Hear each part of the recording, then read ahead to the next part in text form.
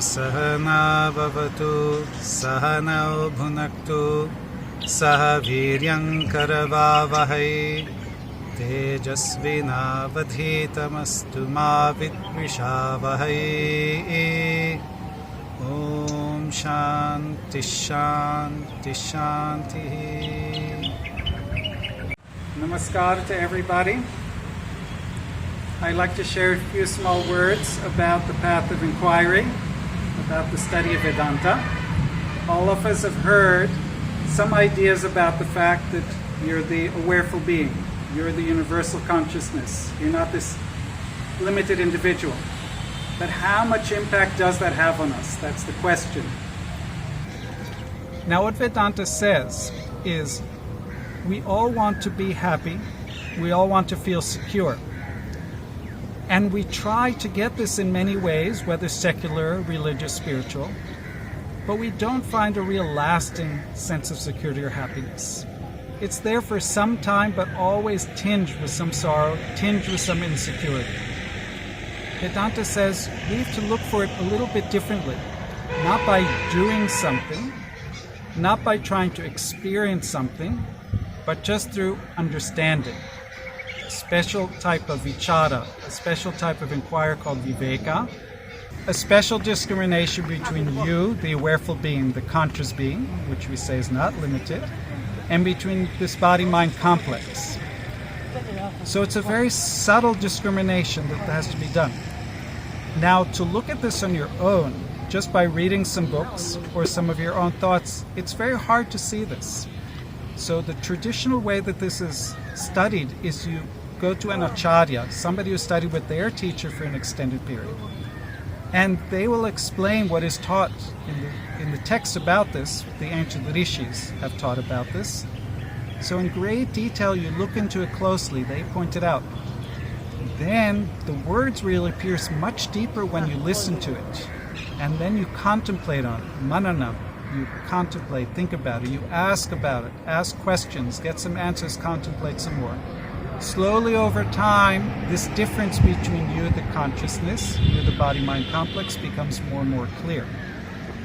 Not just a concept, but you can have more and more viveka, discrimination between yourself, the conscious being, which isn't limited by anything, and yourself as the individual, this body and mind complex. The clearer it becomes, the more of the time you'll find that the body-mind is like, and your whole experience of the world, is like a ripple just on the surface, where what you really are is something not limited by this. Then all the ups and downs in life become just trickles, less and less impact on you, and more you're going to be content within yourself. It's true, after you do it for some months, some years, you may not have full moksha, full freedom, but you will free you from some concepts that were limiting you. Those that drop already, you have more breathing, you feel more free.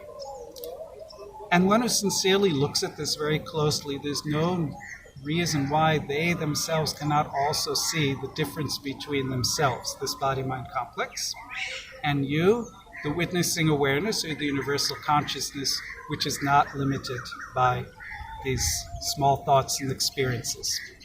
So I pray that everybody takes some time, sincerely looks into this, learns it, and benefits from these wonderful teachings. Namaste.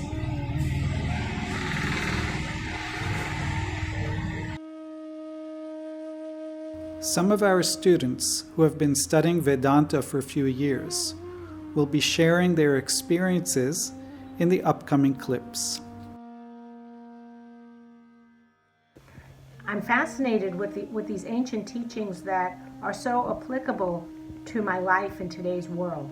It has really taught me to, and continues to teach me, to slow down, to look inside, to find what I'm looking for I already have, and what a true gift that is.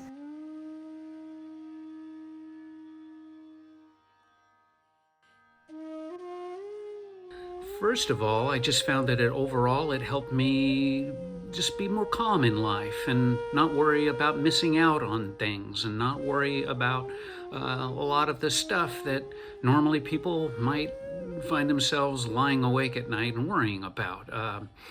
Don't Sweat the Small Stuff, and It's All Small Stuff was the name of a book, I believe, and this is what I discovered in studying Vedanta with Gajananam.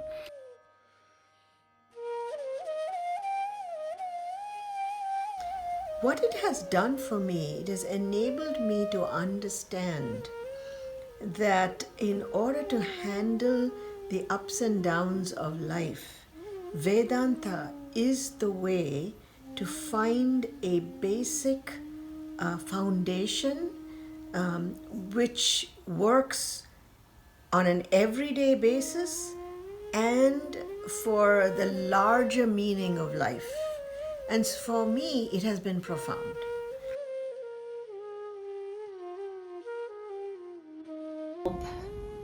It just helps me live a more enjoyable life, really, because I don't get stuck in the drama and the small things. Or I do sometimes, but hopefully I get out of them easier now with this knowledge that I'm slowly building up.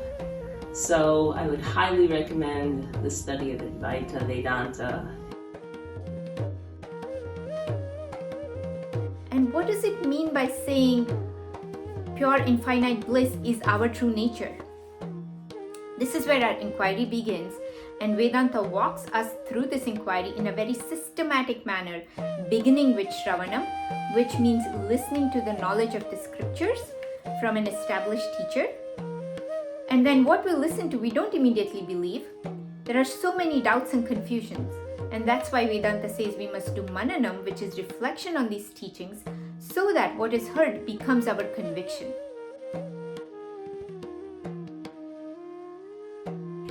The number one advice that I constantly have to give myself is do not believe what your mind is telling you. So just take that with you. And the second thing, there is one more thing, that all of us are connected through this God within us. And so Vedanta is a really good way to learn more about that.